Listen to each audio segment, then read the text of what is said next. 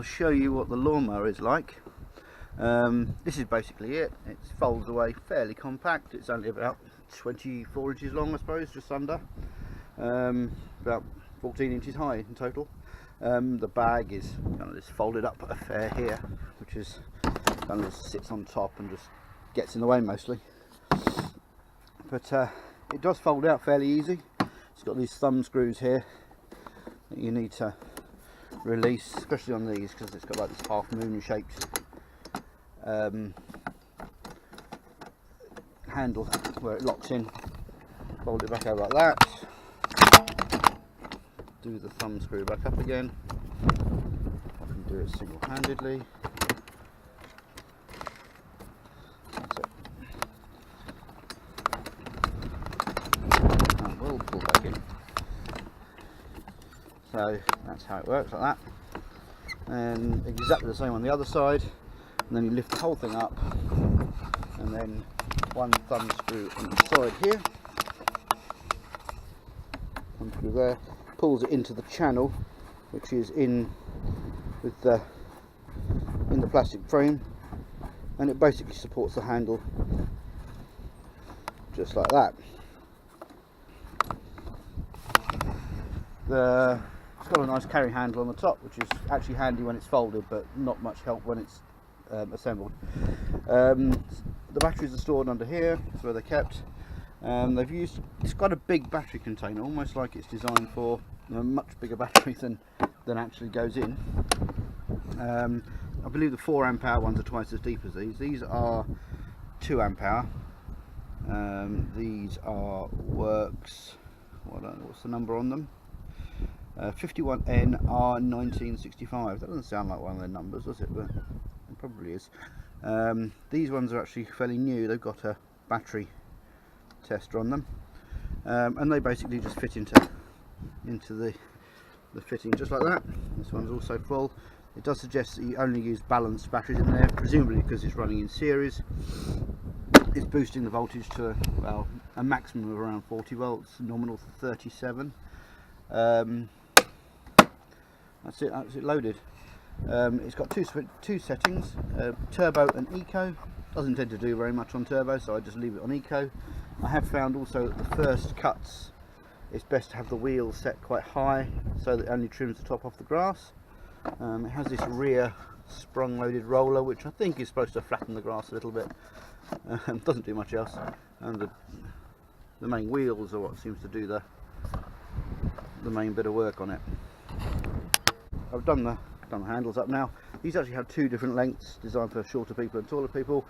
I'm pretty short at 5'8", so I have it on the lowest setting. I'll just give you the model number of this, because they do seem to do quite a lot of these. This one is a Worx WG779E.2. They love using points. It's not very heavy, 11.2 kilos. I don't know if that's with or without the batteries fitted. It's interesting, it gives you a sound output, but it doesn't give you a speed of the motor. So I'm not too sure exactly how fast it runs. Not particularly quick, because it's a lawnmower. It's not a hovercraft, is it? So it doesn't need to go quick. It would be nice if it had sufficient power to throw the grass cuttings right to the back of the grass bag, collecting bag. That's the only thing I've discovered with it so far, really, is the grass tends to bunch up in the chute rather than go through to the back of the bag. I shall just fit the bag on and show you what it looks like fitted. Right, I've brought it down onto the lawn, grass box is on. I've got the height set fairly high, not very high because it doesn't really need it. It's powerful enough to cut through grass, which is 4 inches long without a problem. The only drawback with these kind of small lawnmowers is like I said, it doesn't project the grass particularly far into the grass box, and it tends to bunch up in the chute. And the grass box capacity is actually pretty small. It's only about 20 or 30 litres, I think. So it takes lots and lots of trips, especially when the lawn is long, lots of trips to the dumping area to dispose of the grass clippings. My petrol lawnmower's got about a 70 litre bucket, so it doesn't take very much emptying, 3 or 4 times for my lawn, whereas this is about a dozen. But other than that, it's fairly good. It runs well. Just check the battery voltage. It does have an onboard battery monitor just here. You can just press that and it shows up full. Notice that. Those LEDs also light up while you're using it.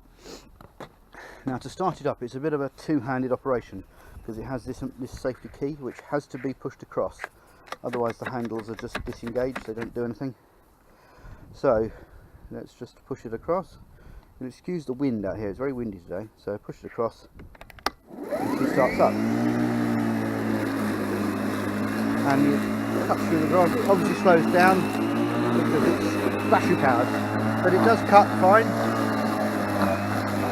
Bear in mind this grass is absolutely soaking wet, so I don't think it's doing too bad, and it is just running on two 20 volt lithium ion batteries rated at 2 amps each. You can see it's actually getting quite a lot of voltage sag. It's holding down 2 lights when you push it through. That's due to the fact that the motor is straining through the wet grass. When the grass is dry, it doesn't suffer that too much. Other than that, can't really say much about it. It's now lagged in grass, so I'll have to clean it. But for the money, I think it was around £170. It was on offer at the time.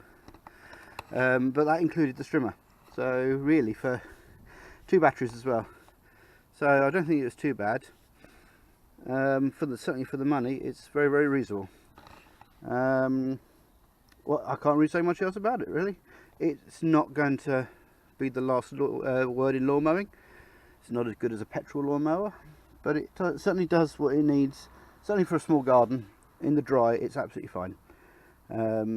So, if you found it interesting, give us a like.